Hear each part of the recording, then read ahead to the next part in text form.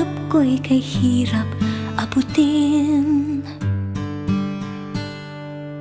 Dahil sa inyo, napunta ako sa aking nais marating. Nais ko kayong pasalamatan kahit man lamang sa isang awit.